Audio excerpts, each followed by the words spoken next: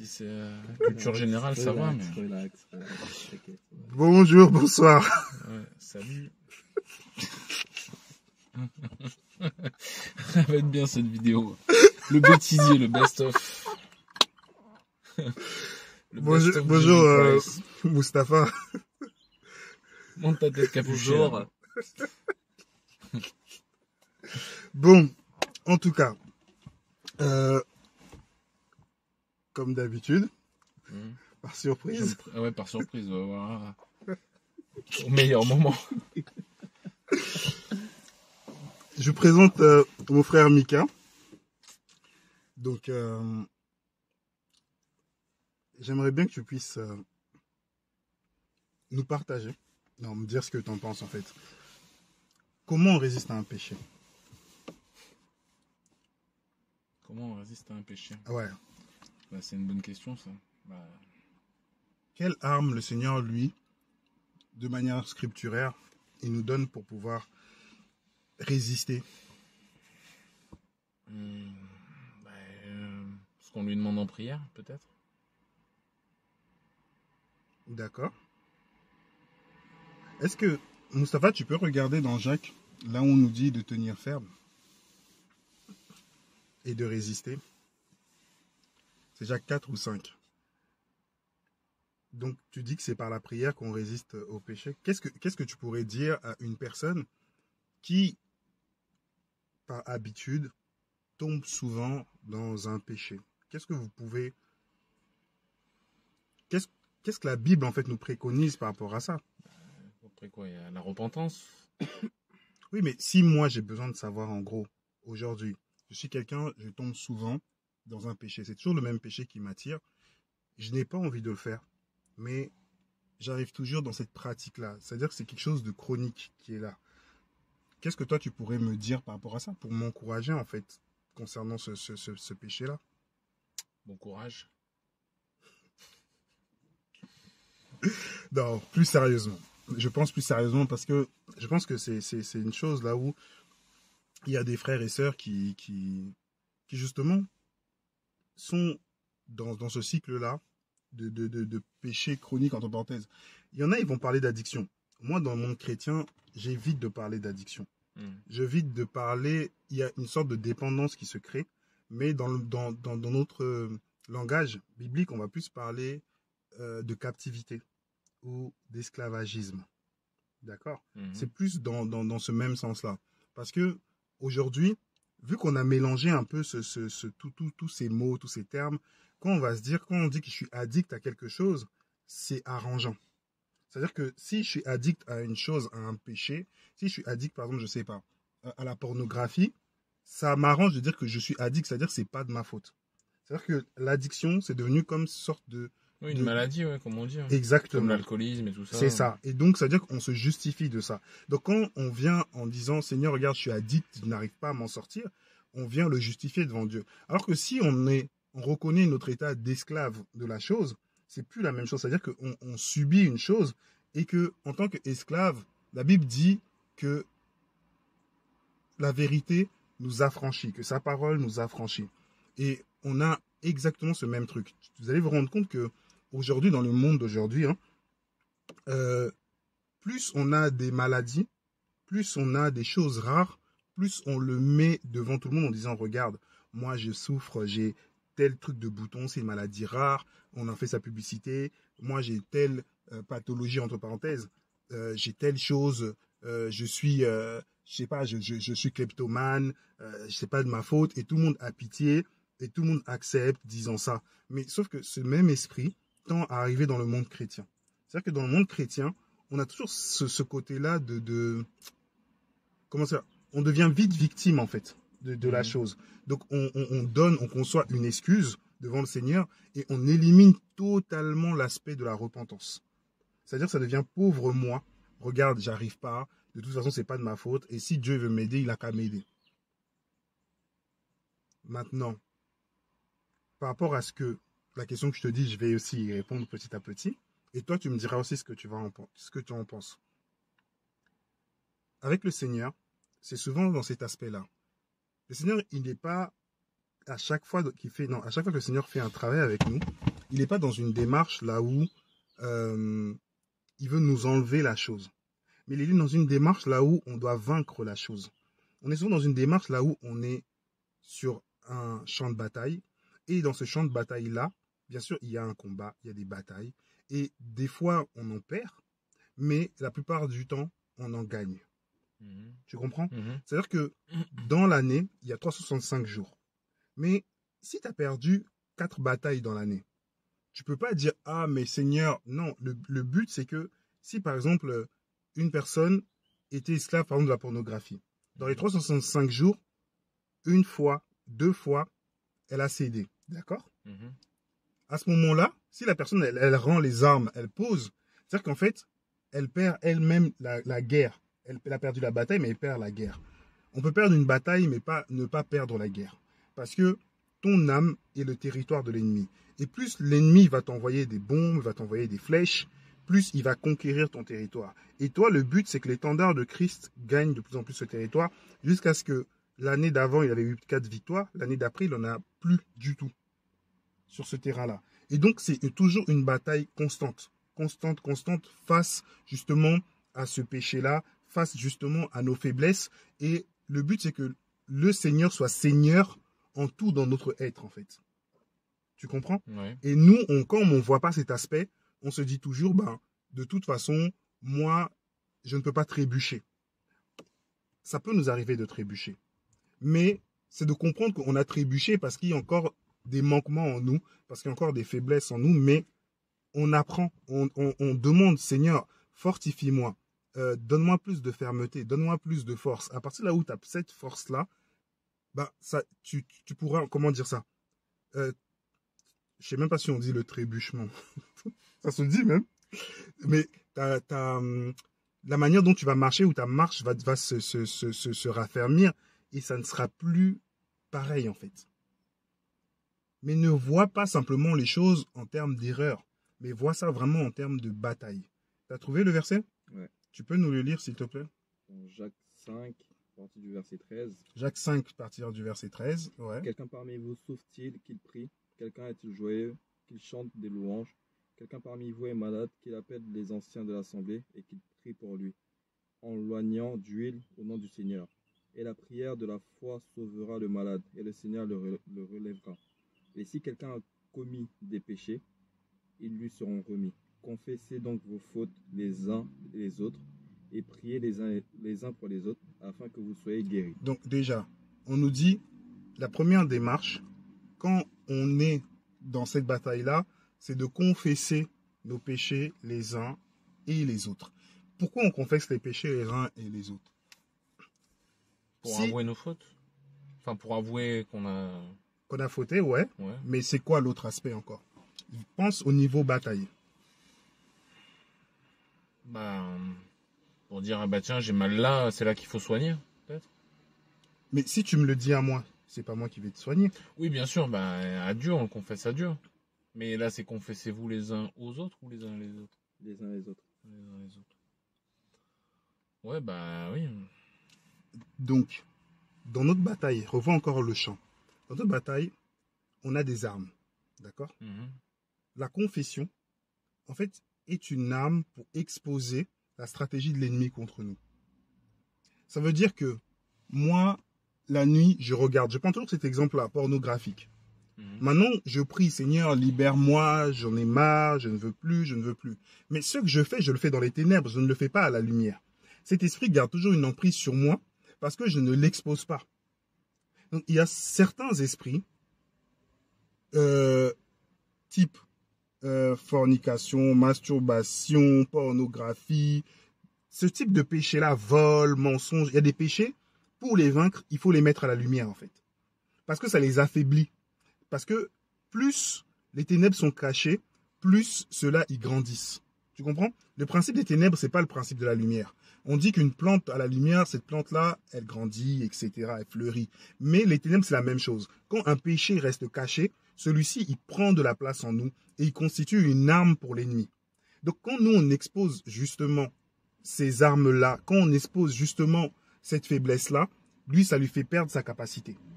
D'où le Seigneur va nous dire de confesser. La confession, on dit les uns les autres. On ne dit pas dans cette confession-là forcément le pasteur, forcément l'homme de Dieu, etc. Mais dans cette confession-là, on nous dit les uns les autres. C'est-à-dire que celui qui craint Dieu, tu peux venir, tu peux lui confesser une chose, en lui disant que non, j'ai fait telle chose, et cette personne aussi, elle doit avoir aussi cette crainte. Il n'y a pas de secret professionnel, mais il y a un respect par rapport à ce que la personne dit ou fait. Tu comprends? Mais c'est vraiment dans le but d'exposer à la lumière ce péché-là, en fait. Oui, l'exposer à Dieu. On l'expose à Dieu, mais devant tout le monde, on expose la stratégie de l'ennemi. C'est surtout, en fait, le fait de confesser les péchés, c'est de dire, voilà comment l'ennemi il arrive à conquérir mon territoire. C'est une façon de s'humilier aussi, du coup. On s'humilie, c'est une réalité. Mais, tu sais, il y a deux choses. Il y a ce que tu confesses auprès du Seigneur, et il y a ce que tu confesses sur la place publique. Quelqu'un qui va faire, par exemple, des pratiques occultes, il ne peut pas, lui, faire des pratiques occultes, d'accord? Il se dit, voilà, je fais des pratiques occultes, etc. Et entre lui-même, il dit, j'ai dit à Dieu. Parce que c'est des pratiques qu'il est obligé d'exposer sur la place publique. Dans Actes des Apôtres, on nous explique que ces personnes-là disaient publiquement, tu vois, je crois que c'est dans Actes 16, on dit que les personnes qui étaient à Éphèse disaient publiquement que, en gros, ils faisaient des arts occultes, ils brûlaient leurs livres. Donc, il y a beaucoup de choses qu'on fait. On doit l'exposer parce que ces choses-là, sinon, elles vont parler contre nous. Et elles vont agir contre nous. Et donc, il y a vraiment cette réalité-là pour exposer dans ce champ de bataille la stratégie de l'ennemi contre nous. Est-ce que tu peux continuer, s'il te plaît, en parlant plus fort? La lecture. Confessez donc vos fautes les uns les autres, et priez les uns pour les autres, afin que vous soyez guéris. La supplication du juste agit avec une grande force. Eddie, après on part sur un autre truc, où je continue. Non, on dit résister et tenez ferme. Non, c'est pas dans celui-là. D'accord. Je crois que c'est dans le 4. En tout cas, on reviendra par rapport à ça après. Mais ce qu'on doit comprendre, c'est que dans ce même champ de bataille, par rapport à par rapport à ce péché qui perdure, à ce péché chronique, l'ennemi, il permet d'une manière spirituelle, ça c'est un truc que peu savent aussi, c'est qu'il existe des esprits qui maintiennent les gens dans ce péché chronique aussi. C'est-à-dire qu'il y a des gens, des fois, qui répètent toujours le même, en cycle, toujours le même péché. Parce qu'il y a un esprit qui vient habiter en eux, et c'est le rôle de cet esprit-là, de toujours les faire tomber dans le même type. C'est-à-dire qu'il y en a, ils vont se dire, tous les 3 mois, tous les 2 mois, ils retombent toujours dans l'impudicité. Mais ces personnes-là disent, mais pourtant je prie, pourtant quand je suis en Christ, on a prié pour moi, on a fait ça. Mais c'est parce qu'il y a ce type d'esprit qui peut aussi habiter dans un être humain. Mais cet esprit, il est très, très peu connu. Et ça, c'est comment Satan, il manipule les personnes. Alors, quand une personne, elle va tomber, il va inoculer cet esprit en la personne, et cette personne aura toujours cette même faiblesse. Maintenant, concernant, entre parenthèses, la consommation, parce qu'on consomme aussi le péché, tu vois, qui est non chronique, c'est une chose qui peut nous arriver à chacun de nous. C'est quelque chose qui peut nous atteindre. On dit que le juste tombe, mais ce qui est important, c'est que le juste doit se relever. C'est-à-dire qu'on ne le veut pas. C'est-à-dire qu'on n'a pas prémédité. On ne se moque pas de Dieu non plus. Je me réveille la nuit, je réfléchis, je dis demain, je dois faire ça comme péché, donc j'attends tranquillement dans mon lit, comment je vais préparer mon péché. Là, on se moque de Dieu. Et ça, ce n'est pas bon. Maintenant, on peut tomber dans une erreur, on peut tomber dans une faute. Forcément, quand on tombe dedans, on se rend compte que dans notre champ de bataille, il y a une bataille qu'on a perdue, pas la guerre. Le but, c'est de reconnaître, de l'exposer devant le Seigneur. Seigneur, j'ai fauté contre toi, j'ai fauté, j'ai péché. Si on peut l'exposer devant des frères et sœurs qui craignent le Seigneur, on le fait, on prie, merci Seigneur. Mais après, on se dit, cette fois, ils m'ont eu de telle manière. Ils m'ont battu au niveau de ma pensée, ils m'ont vaincu au niveau de telle chose. Mais demain, je vais éviter cette manière-là. Je vais éviter de me dire, dès que la pensée elle remonte, je suis tout seul dans mon lit, j'ai des pensées bizarres, je vais me lever la prochaine fois, je reste pas. Tu comprends?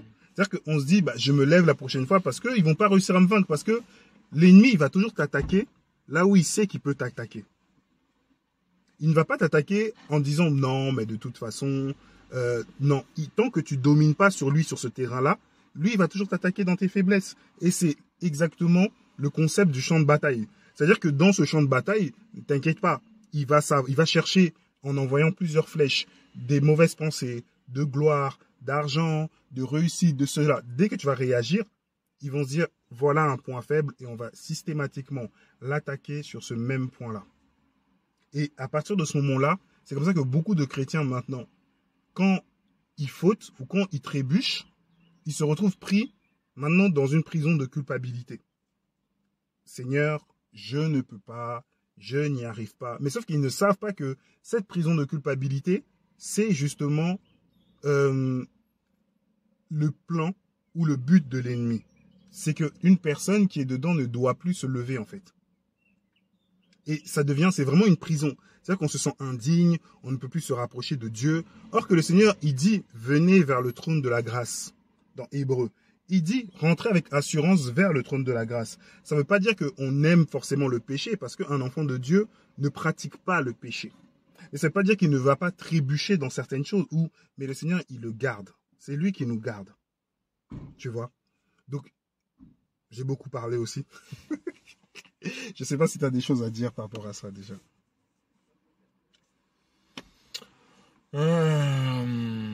Non, ben ouais, c'est assez clair. Après, ouais, c'est ça. Après, c'est la prison de culpabilité. De toute façon, après, le problème, c'est que moi, j'en reviens toujours à beaucoup de choses. C'est après faire le tri dans les pensées. Savoir vraiment quelles sont mes pensées, quels sont les désirs de mon cœur vraiment. Et donc, du coup, est-ce que je veux vraiment le repentir et tout ça. Donc, c'est pas évident. C'est quoi le repentir pour toi alors? Bah, c'est admettre la faute, enfin admettre qu'on a un problème, le déposer, comme tu as dit, l'exposer publiquement, et après chercher à plus reproduire. Ouais. Est-ce que ça veut dire que quand on fait ça, on ne sera plus tenté? C'est ce que j'aimerais, mais visiblement non. Visiblement non. Donc ça signifie qu'on se trompe de réalité. Eh bah oui, c'est ça. Mais après, le plus dur, c'est aussi, c'est ça, c'est d'en se relever. Et là, ok, bon, on sait qu'on a fauté et tout, mais bon, je sais plus, je crois que c'est dans Jacques aussi qu'on doit se réjouir des tentations parce que ça éprouve notre foi. Enfin, c'est là que ça montre la persévérance et tout. Et c'est là que c'est les pensées du Seigneur, c'est compliqué aussi parce que Jacques, il met vraiment une nuance. Jacques 1, il nous parle des épreuves. La tentation, nous, on est tentés par c'est ce dans qui est... Romains alors, c'est dans Romains qu'il faut se réjouir des tentations. Non, Jacques, il nous dit que l'épreuve produit en nous la patience, la persévérance, etc. Mais maintenant, il nous dit que Dieu ne tente personne. En fait, Dieu ne tente personne. Oui, ça, oui. Mais nous, on est tentés par nos propres convoitises. Ouais. C'est-à-dire que ceux qu'on a dans notre cœur, ceux que nous, on aime, c'est par ça qu'on est tenté. D'accord? Et ce n'est pas Dieu qui crée ça, c'est nous-mêmes. Mais le Seigneur nous donne aussi un esprit de fermeté quand on lui demande. Mais l'esprit de fermeté, ça ne veut pas dire que tu ne seras pas tenté. Mais ça veut simplement dire que tu auras la capacité et les armes pour dire non face à ça. Tu vois, c'est comme, j'ai donné des milliards de fois, je donne toujours cet exemple-là, et je l'ai donné des milliards de fois quand je parlais une fois de plus de la colère. J'ai toujours dit que cette histoire-là de ce frère qui priait à son travail en disant « Seigneur, je t'en supplie, les gens, ils m'énervent dans ce travail. Enlève-moi la colère de mon cœur. Enlève-moi la colère. Je ne veux plus être en colère. » Et son patron, quand il arrivait, il était encore plus détestable en fait avec lui. Son patron, il faisait des coups, mais lui, il priait, il pleurait. « Mais Seigneur, s'il te plaît, je t'en prie, je veux plus être en colère contre ce patron. » Et un jour, le Seigneur lui fait comprendre, mais le patron qui est là, c'est moi qui l'envoie pour justement travailler sur la colère. Ça veut dire que il s'est rendu compte qu'à un moment, les actes que son patron pouvait poser n'avaient plus la même influence sur lui. C'est-à-dire qu'il était en train de dominer sur la colère. Avant, il rentrait chez lui, il était en dépression, il se sentait pas bien, ça n'allait pas, il perdait le moral. Mais au fur et à mesure, ces choses-là n'agissaient pas. Il pouvait s'agacer sur le coup, mais l'action de la colère n'agissait pas. C'est-à-dire qu'il ne posait plus d'action à cause de la colère. Tu comprends? Et ce que tu dois comprendre dans ça, c'est que Le Seigneur, il nous donne les armes pour justement vaincre dans les batailles. Et nous, on a du mal à accepter ça, en fait. C'est-à-dire que nous, on pense que Dieu, il doit claquer des doigts. Paf, ça y est. On a tel sentiment, on n'aura plus ça, quelqu'un va m'insulter, ça va jamais me toucher. Ça va nous toucher, mais on aura la force de résister. C'est là toute la différence. C'est-à-dire que moi, je vais te dire, ah, mon frère, je t'aime pas. Ça va te toucher. Mais ça ne va pas faire que tu ne m'aimes pas en retour. Or que si le Seigneur n'a pas travaillé ça, tu vas aussi me haïr en retour. En disant, de toute façon, bon, si je m'en fous de lui. Or que tu ne vas pas dépendre de ce que l'autre te donne, ou de ton environnement, ou de ta condition, pour vivre ce que tu vis. Mais tu le fais selon ce que Dieu a mis en toi. Or que nous, les êtres humains, on a une dépendance sur ce que l'autre va nous donner, sur l'action, sur l'environnement, sur toutes ces choses-là. Or que le Seigneur veut nous ramener justement hors de ces choses-là, en fait. C'est comme, je marche. Imagine aujourd'hui, je suis en colère. Je mets un coup de poing ou sur quelqu'un, etc. Et je vais dire, ouais, Seigneur, regarde, je suis un mauvais chrétien. J'ai péché contre toi, j'ai de la violence en moi. Et j'arrête de prier. Mais quel rapport y a-t-il entre la foi que tu as, la confiance, la foi, c'est le mot émouna, c'est-à-dire confiance totale en l'éternel. Donc cette confiance totale en Dieu et l'acte que tu as posé. Toi-même, tu viens t'attribuer et te donner un jugement. Ouais. Mais ça, c'est après, ouais, c'est par habitude de ce monde-là aussi, ouais, comme d'hab. Et qu'est-ce que j'ai dit par rapport au jugement? Tu te souviens?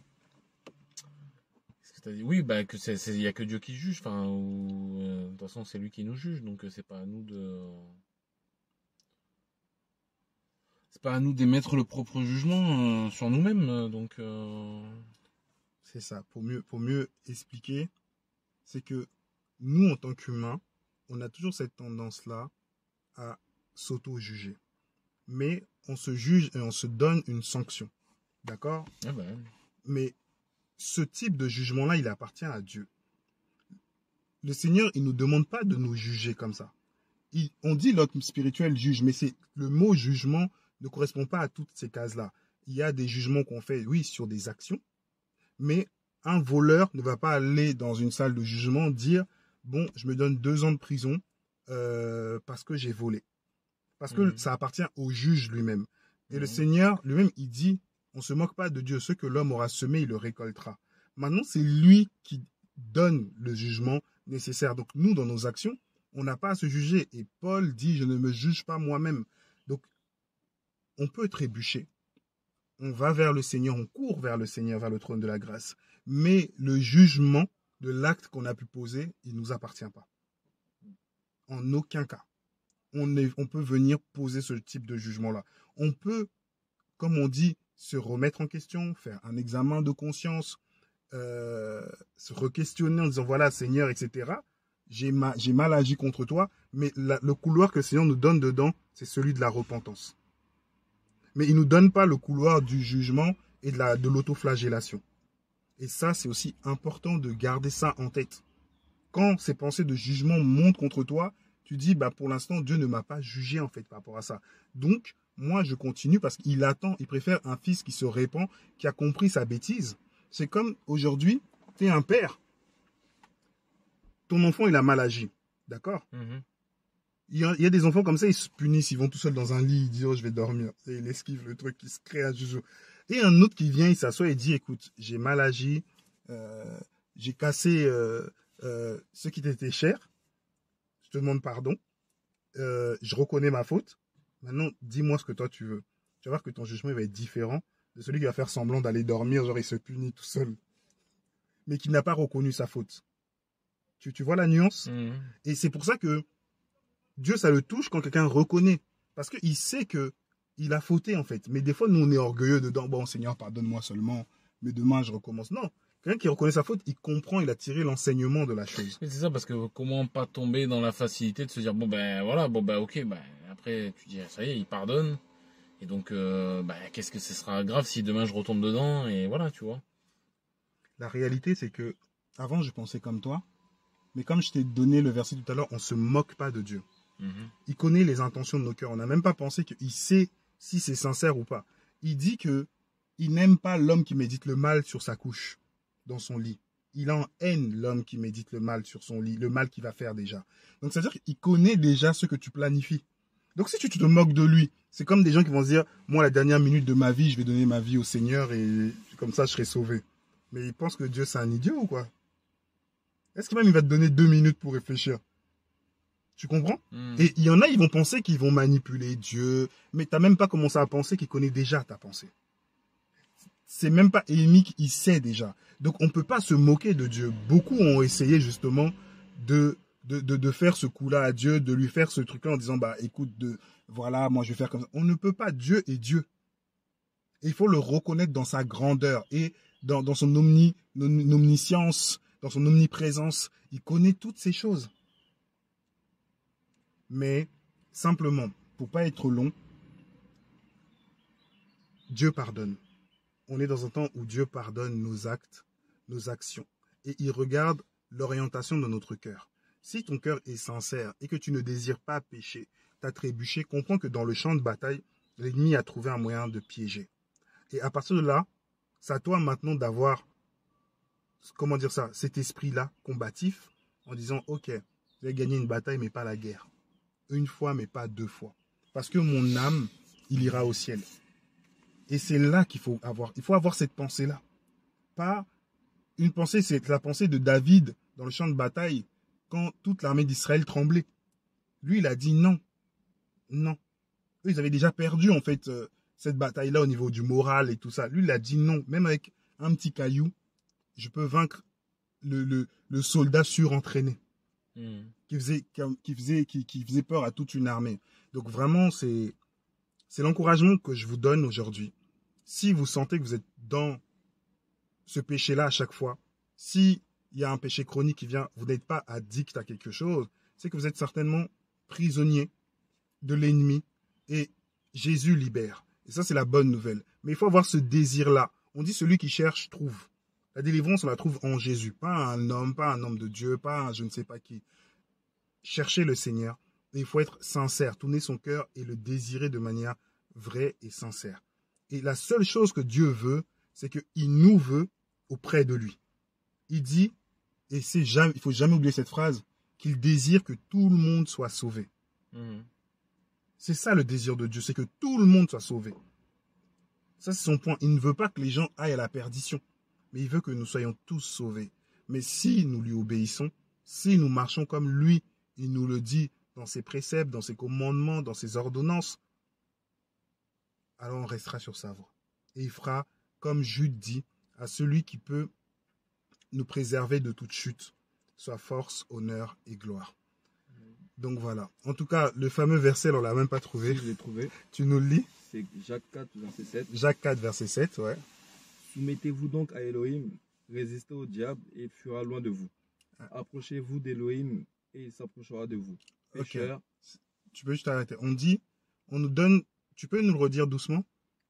Soumettez-vous. Donc la première chose, c'est se soumettre. D'accord? Dieu est au-dessus. Ensuite, résister au diable. De résister. Donc quand on se soumet à Dieu, ça nous donne la capacité de résister à l'ennemi. D'accord? Donc, mais ça commence d'abord par une soumission à Dieu. Reconnaître que Dieu est Dieu. Ensuite, on le résiste parce qu'on a la capacité de résister maintenant. Comme je disais tout à l'heure de la colère, on a cette capacité-là. Ensuite, il fera loin de vous. Donc, à partir de là où on commence à lui résister, à lui dire non, non, non, dans le champ de bataille, lui, il est obligé de reculer. Parce qu'il n'a plus la capacité de nous vaincre. Mais ça commence d'abord par l'obéissance. Quand on dit la soumission, c'est l'obéissance. Pourquoi? Parce qu'on nous dit, je crois, c'est dans Philippiens, on nous dit que ne regardons pas son égalité avec Dieu. Il s'est montré obéissant en se soumettant. Donc Jésus-Christ s'est montré obéissant en se soumettant. Donc la soumission vient dans l'obéissance. Et on dit, c'est pour ça qu'il a été souverainement élevé. Parce que la soumission a été manifestée à travers l'obéissance. Donc l'obéissance est un accès pour montrer notre soumission à Dieu. Continue. Approchez-vous de lui. Approchez-vous d'Elohim et il s'approchera de vous. Donc, Pécheurs. On nous dit, cette dernière chose, c'est de nous approcher de lui. Et lui s'approche de nous. C'est-à-dire que la démarche, maintenant, ce n'est pas de fuir loin de lui. La démarche, c'est de s'approcher de lui. Et une fois qu'on est approché de lui, qu'est-ce qu'il dit? Pécheurs, nettoyez vos mains, et vous qui êtes double de cœur, purifiez vos cœurs. Donc le conseil de Dieu, c'est d'être pur, de se nettoyer. Quand il s'approche, il dit lui-même, approchez-vous, je vais m'approcher. Donc toi qui es loin, qui penses que c'est impossible, le Seigneur il dit, viens vers lui, soumets-toi, obéis. Et ses bras sont toujours ouverts. Tant qu'ils sont ouverts, on dit chercher Dieu, tandis qu'il se trouve. Donc pour l'instant, il se trouve. Donc ne te décourage pas, rapproche-toi et ça ira. En tout cas, merci beaucoup. Merci. Un petit sourire. C'est bon. Bon, Attends, j'aimerais bien terminer les deux vas-y, versets. dis-le fort. Affligez-vous vous-même, soyez aussi dans le deuil et dans les larmes, et que votre rire se change en pleurs et votre joie en tristesse. Humiliez-vous en présence du Seigneur et il vous élèvera. Amen. Amen. En tout cas, c'était Jacques 4 à partir du verset Verset 7.